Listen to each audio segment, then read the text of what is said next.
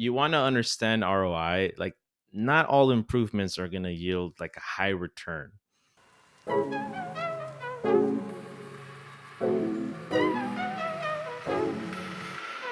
Hello and welcome everybody to the Housing Tips. It's a show where we talk about housing information, housing news, and everything in between. I'm your host, Eric, and joining me today is my co-host, Jesse. How are you today, Jesse? I'm feeling like the myth that agents can handle anything in real estate. Today, I'm barely handling this coffee. That is a fantastic intro, Jesse. But speaking of different types of myths, that is the topic of today's video. Jesse, what's today's topic of today's video? Today's topic is top 3 real estate myths you probably still believe. And I'm going to jump right into myth number 1. So, number 1, we have you don't need a real estate agent in the age of the internet. It's like role of a real estate agent, buyers and sellers, you could find listings online, but real estate agents, they bring experience, they bring negotiation skills, they bring local like market knowledge that maybe an online search just can't replace. Someone who specializes in a certain area, they just know like on the top of their head just prices, houses, and things like that. I've had people like send me a house and I'm like, yeah, like I saw it already, I know what you're talking about, because just keeping up to date with that information. Transactions are so complex, contracts, disclosures, legal requirements that help you navigate in regards to what forms and contingencies and protection. Like, that's a lot of stuff behind the scenes that my buyers don't know, that I'm working on timing and when to send something and how to communicate with someone. And they're excited already, like what couch they're gonna buy when the house like closes. But I'm like, I got lots of work I'm still kind of doing. And the other piece of just networking and off market deals. Agents have off market listings, upcoming properties through their networks. So it gives them an edge. If I've even connected two clients together, some who wanted to sell, and I had it made perfect criteria for a buyer, and didn't even put it on the market, and straight into escrow. It made it happen. It was amazing for both parties. And so something to consider of like thinking you don't need a real estate agent, but so much details that one doesn't know. Like, how's been your experience, or what are your thoughts on trying to navigate a transaction on your own and doing a for sale by owner? Definitely. That is something by far would just rather just give the money. As someone who bought this condo, it was so much work. There was so much paperwork, and working with someone who has experience that does it all the time. And there's so many little road bumps that happen. No matter you're the perfect buyer for the perfect house, exactly like you said, there are always some road bumps here and there. And instead of having to wake up in a panic sweat and think, oh my gosh, did I file this? Is this going to go through? Is this or that going to work out? Being able to have someone where you could rely on and they could say, hey, don't worry about it, I already got it covered, things are moving smoothly. Even if you got a letter here, you got the different message here, everything's moving as expected. That by far is something that is extremely worth it to have an agent when purchasing a property. Yeah, yeah, and it's just like so many complexities that a lot of people won't think about, and just the benefits of using one. Um, Myth number 2 is all renovations increase home value. You want to understand ROI. Like, not all improvements are going to yield like a high return, and so it may not appeal to all buyers. It could result in like less resale value if it's so personal, or it's not based on the comps and what's in the area. Like, I remember a seller that put so much money into like a deck, the type of wood, the type of shine, the type of gloss, was excited about that. But a lot of buyers, they weren't really excited about the deck like he was. They wanted to see if the kitchen was rehab. They wanted to see if the bathroom. He had not done that, so it was challenging, like to get that property moving. So you want to focus on high impact renovations. If it's kitchen, bathroom updates, curb appeal, in order to really increase that value, it's going to go based on the comps. And you want to beware of over improving the neighborhood. if you're the most upgraded home and trying to push the price, like may not happen, or it may not align with buyers and their budget and their expectation. So see just kind of what goes based on properties nearby and neighborhood, and what really kind of makes sense. Like what renovation do you feel might be like bring a lot of value to a property? What comes to your mind, Eric?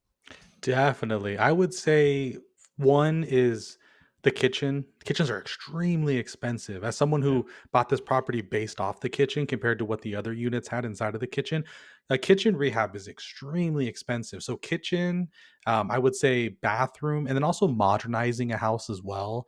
A lot of the time, especially in older houses, the rooms are really small. But then there's like 4 bedrooms. And so a lot of the time I would like to see in an older house is maybe just knock down one of the walls and just make it into a bigger room, move things around to make it into more of a desirable modern feel of a house. But I would definitely say is the kitchen number one, bathrooms number two.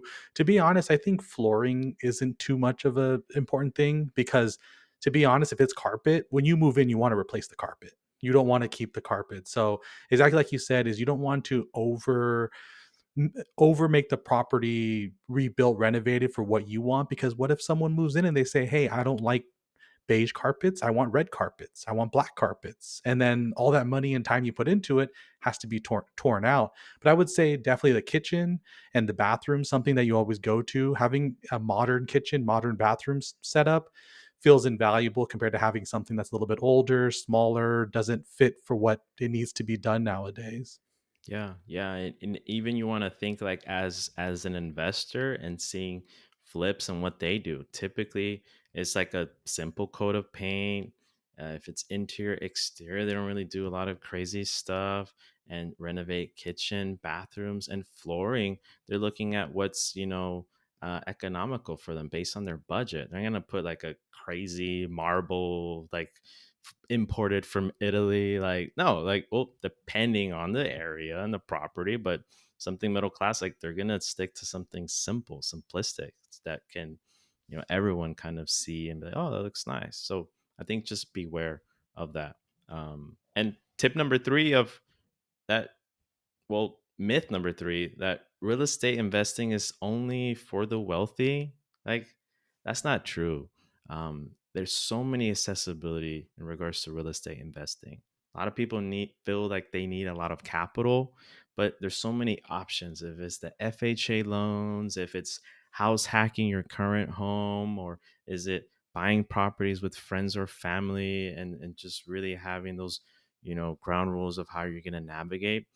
There's even newer investment methods. If it's real estate investment trusts, crowdfunding platforms where you can invest with like smaller amounts, like on a bigger project, you know, and and even for those interested in smaller properties, like the rental properties, single family, or like a duplex that can generate income, build equity over time, and just make it more feasible. You'd be surprised of like how you can get into a property, whether if it's here, whether if it's out of state. But a lot of the times is like that unknown or that uncertainty that just kind of pulls people back. But I think once you kind of pull the trigger a little bit, or once you kind of get it going, you'd be surprised like how you're capable of like continuing to kind of do this. So I think don't limit yourself. I think see how you can connect to the right people and see, hey, for this upcoming year about how I can, invest and kind of make some changes. No, definitely. I will bounce off that idea too about investing is only for the wealthy is purchasing a condo that is 2 bedrooms. You could theoretically rent out one of the rooms. I know everybody wants their space, they want an office, they want all that.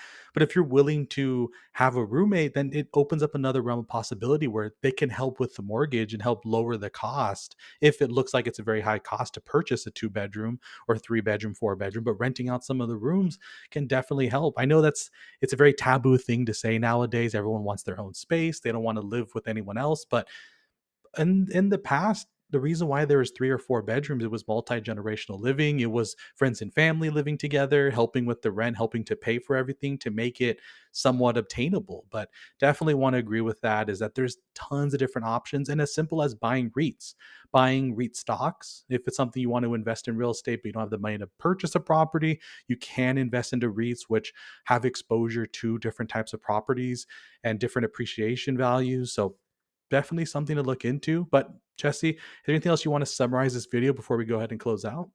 Oh yeah, just to kind of remind of like the three myths. Number one, you don't need a real estate agent in the age of in the age of the internet. Reconsider, see how that could be really helpful for you. Number two, if all renovations increase home value, that's a myth. And so see about which ones are gonna really appeal to the type of buyer, to the neighborhood, to and imagining you walking through your property or maybe getting third party, someone else kind of going through it and being open to the critique so you can make those changes. A lot of the times is like that emotional connection makes it hard. And number three, that real estate investing is only for the wealthy.